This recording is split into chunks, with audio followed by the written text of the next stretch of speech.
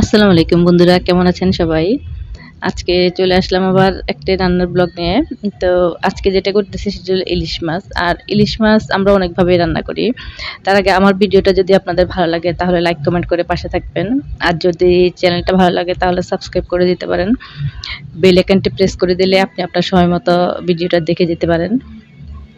তো এখানে আমি ইলিশ মাছ নিয়েছি কয়েক পিস। আর এখন কিন্তু বর্ষা মৌসুম, যেহেতু খুব ভালো ভালো ইলিশ মাছ পাওয়া যায় এবং তাজা ইলিশ মাছ পাওয়া যায়। আর ইলিশ মাছ কিন্তু আসলে লবণ হলুদ মরিচ দিয়ে রান্না করলেও কিন্তু মজা লাগে। আর বাঙালি বলে কথা, ইলিশ মাছ কিন্তু এমনিতেই খুব খেতে আমরা পছন্দ করি। তো আমি মাছগুলো কেটে ভালো করে ধুয়ে পরিষ্কার করে নিয়েছি। নিয়ে তার মধ্যে কিছুটা লবণ হলুদ মেখে মাছটাকে রেখে দিয়েছি। আর এখানে কড়াইয়ের মধ্যে আমি একটু সরিষার তেল দিয়ে তার মধ্যে একটু লবণ ছিটা দিয়ে কেটে রাখা কিছু আলু দিয়ে দিলাম। তো আমি আজকে ইলিশ মাছটা আলু দিয়ে ঝোল করতেছি।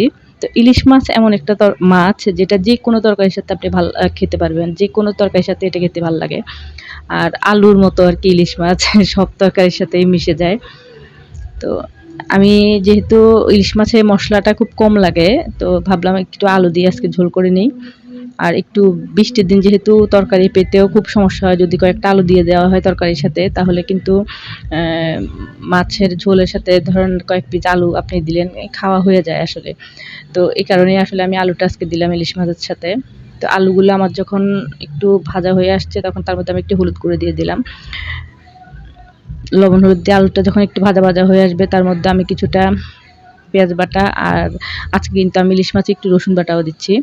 আর দিয়ে দিলাম কাঁচামরিচ বাটা, দিয়ে ভালো করে এগুলাকে কষিয়ে নিচ্ছি। তো আর কিন্তু আসলে আমরা কিন্তু ইলিশ মাছে মশলাটা কম খাই, এটা সবাই জানেন আপনারা।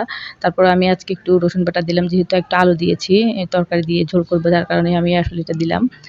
তো মশলাটা দিয়ে একটু পানি দিয়ে আমি আলুগুলোকে একটু কষিয়ে নিচ্ছি। আলুটা আমার একটু ভাজার সময় অনেকটা সিদ্ধ হয়ে গেছে।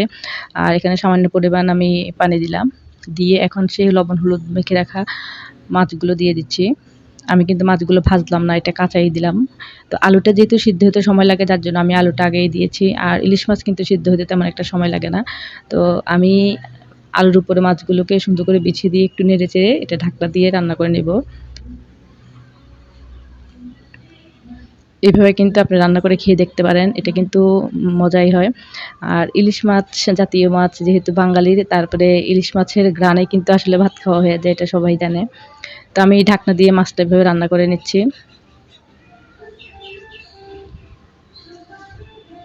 এভাবে যখন মাছটা মোটামুটি আমার সিদ্ধ হয়ে যাবে, আমি বুঝবো যে মাছটা আমার সিদ্ধ হয়ে গেছে, তখন আমি তার মধ্যে কিছুটা টমেটো আর কাঁচামরিচ দিয়ে দেব।